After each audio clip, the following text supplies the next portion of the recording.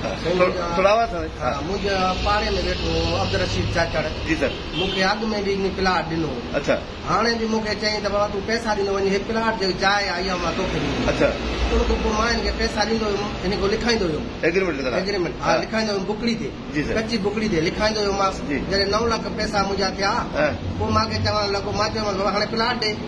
मूंखे चई यार प्लाट जेको आहे बसि हा 2-3 महीना तर्स तोखे ॾींदुमि तूं असां पाड़े जाऊं मां काॾे भॼी वेंदुमि मां इतमाद अॻु में हिन मूंखे प्लाट ॾिनो पाड़े में रहंदो मां सऊदी अरब रहंदो हुउमि मोटे मां परफ्यूम जो नंढो दुकानु खोलियो आहे परफ्यूम जो दुकानु हाणे उहो मूंखे पैसा बि नथो ॾे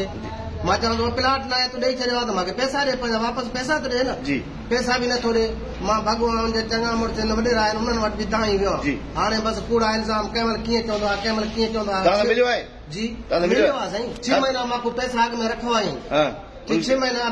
हाजी अब्दुल रऊफ़ वटि चाचड़ साहब वटि पने अकल उते वियासीं असां हाजी साहब वटि हाजी साहब मूंखे घुरायो चई पर पैसा ॾेखो खणिया चईं हाल ई मां वटि कोन्हे मूंखे 6 महीना रखे न पोइ मां ॾींदुमि 6 महीना गुज़री विया पोइ वियो हुअसि पोइ बि मुंहुं नथो ॾे हाणे पैसा नथो ॾे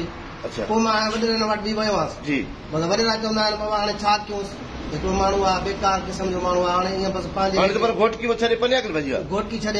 भॼी वियो आहे साईं तक़रीबन 7-8-10 महीना थी विया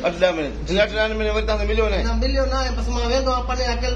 1-2 दफ़ा अब्दुल रऊफ़ जी जॻह ते मिलियो आहे वरी हाणे मिले ई नथो फोन बि मुंहिंजी नथो खणे जी जी मां पैसा 9 लाख रुपया अथसि जी सर जाइ जे करे मां तोखे जाइ ॾींदुमि जी हाणे असां एसपी साहब खे चऊं था